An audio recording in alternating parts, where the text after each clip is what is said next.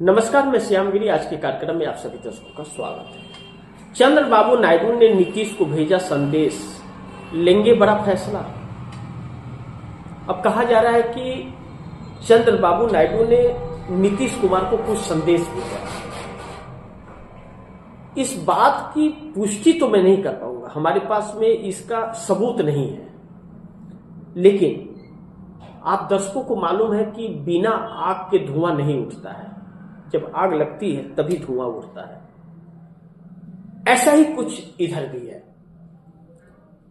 आप दर्शकों को यह भी याद होगा कि चंद्रबाबू नायडू ने बिहार चुनाव के वक्त अपने बेटे नारा लोकेश रेड्डी को भेजा था। कहां? बिहार। अब नारा लोकेश गए थे तो नीतीश कुमार से मिल करके आए थे, और अब कहा जा रहा है कि संदेश भेजा गया है।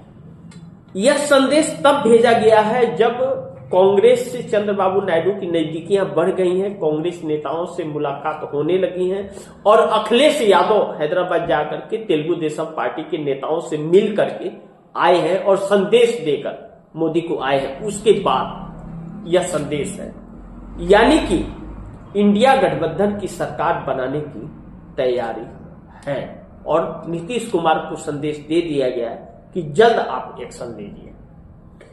अब ऐसे में नीतीश कुमार बिहार के अंदर जो अपनी सक्रियता दिखा रहे हैं, वह सक्रियता मोदी के लिए घातक है। बिहार से पहले भारतीय जनता पार्टी को साइड करने की कवायद में नीतीश कुमार हैं, और नीतीश कुमार कैबिनेट बदलने की फिराक में है। कभी भी कैबिनेट बदलने की खबर आ सकती है, जो भारतीय जनता पार्टी को कैबिनेट से निकाल दिया गया, विपक्ष को उनकी जगह कैबिनेट में शामिल कर दिया गया।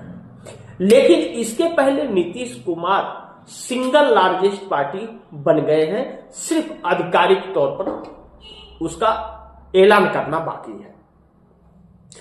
यानी कि नीतीश कुमार 100 के नजदीक पहुंच गए हैं, और अब 103 सीटों पर एडीआर के संस्थापक प्यारेलाल गर्ग ने भारतीय जनता पार्टी पे आरोप लगाया, यानी कि एनडीए पे आरोप लगाया कि एनडीए गठबंधन ने 103 सीटें लूट ली।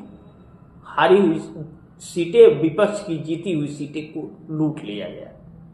यह सब चीज तो हुआ है बिहार में, इसे इंकार नहीं किया जा सकता, लेकिन वह अब हो गया, चुनाव हो गया, और चुनाव आयोग ने वह हिम्मत नहीं, सुप्रीम कोर्ट न्यायपालिका के अंदर वह हिम्मत नहीं कि वह विपक्ष का साथ देते हुए निष्पक्ष अगर उस पर चर्चा कर ले या जांच कर ले। ऐसा होगा ही नहीं, क्योंकि सब मिले जुले लग रहे हैं, जैसा फैसले हैं वैसे पता ही चल रहा है। तो ऐसे में चंद्रबाबू नायडू के संदेश पर नीतीश कुमार अमल करते हुए नजर आ रहे हैं, ऐसा कहा जा रहा है। अगर नीतीश कुमार अमल कर रहे हैं चंद्रबाबू नायडू के बाद, तो मोदी का साथ छोड़ना लाजमी है। अब ऐसे में दो चीजें हैं कि नीतीश कुमार चंद्रबाबू नायडू के संदेश पर तभी फैसला लेंगे जब बिहार को वह स्थापित कर लेंगे, बिहार के अंदर अपने आप को मजबूत कर लेंगे। तो बिहार में अपने आप को नीतीश मजबूत कर लेंगे तो दिल्ली वैसे ही चली जाएगी, और नीतीश के जो लोग हैं वह कुछ लोग मोदी के साथ हैं, यह नीतीश को पता है। तो नीतीश को पता है, तो नीतीश को ऐसा भी माहौल बनाना है कि ताकि जो मोदी के साथ है वह नीतीश के साथ आ जाए। बिहार में तो जब चाहे वह तब स्थितियां बदल सकते हैं, भाजपा को निकाल करके साइड कर सकते, पूरे कंफर्टेबल सरकार चला लेंगे, सारे समीकरण बन गए, चाहे वह आरजेडी हो चाहे कांग्रेस हो, सब साथ में है उनके। असदुद्दीन ओवैसी के, बहुजन के और बाकी कुछ हैं, वह लोग सब आने के लिए तैयार हैं। मिल भी लिए, मुलाकात भी हो गई, यहां तक कि यह बातें भी हो गई कि आपको कौन सा मंत्रालय दिया जाएगा और कितने लोगों को मंत्रालय मिलेगा।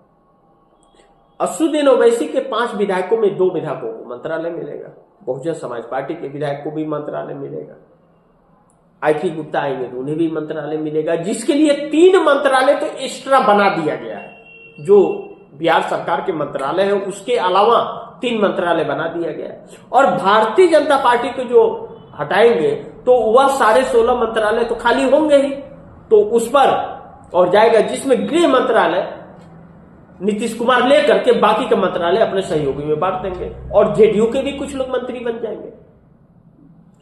ऐसे में कहा यह जा रहा है कि नीतीश कुमार ने चिराग पासवान के लिए डिप्टी सीएम का पद खाली रखेंगे, कि चिराग पासवान आए और डिप्टी सीएम बने बिहार का, जो उनका सपना था। अब इसका फैसला तो चिराग पासवान करेंगे, लेकिन चिराग पासवान अपना फैसला आखिरी वक्त में सुनाएंगे, जब नीतीश का, जब नायडू का, एकनाथ शिंदे का स्टेटमेंट और प्रेस कॉन्फ्रेंस आ जाएगा कि हम समर्थन वापस ले रहे हैं, तब चिराग पासवान अपना फैसला सुनाएंगे। और जब चिराग पासवान फैसला सुनाएंगे तो मोदी न घर के रहेंगे न घाट के। बिहार के अंदर बहुत जल्द सरकार बदलने जा रही है। अगर नीतीश कुमार ने यह काम नहीं किया तो नीतीश कुमार फिर किसी काम लायक नहीं बचेंगे। और इसीलिए चंद्रबाबू नायडू के संदेश पर नीतीश कुमार कहीं न कहीं सक्रियता और तेजी दिखाने लगे हैं। देखना यह महत्वपूर्ण होगा कि आगे कहां तक बातें जाती हैं, यह देखना बड़ी महत्वपूर्ण होगा। लेकिन चंद्रबाबू नायडू ने नीतीश को भेजा संदेश, अब बड़े फैसले का वक्त आ गया है। तो आगे देखते हैं क्या होता है। जो भी होगा खबरें आप दर्शकों तक पहुंचाते रहूंगा, लेकिन आप दर्शकों की क्या राय है, क्या वह आप कमेंट में जरूर दीजिएगा।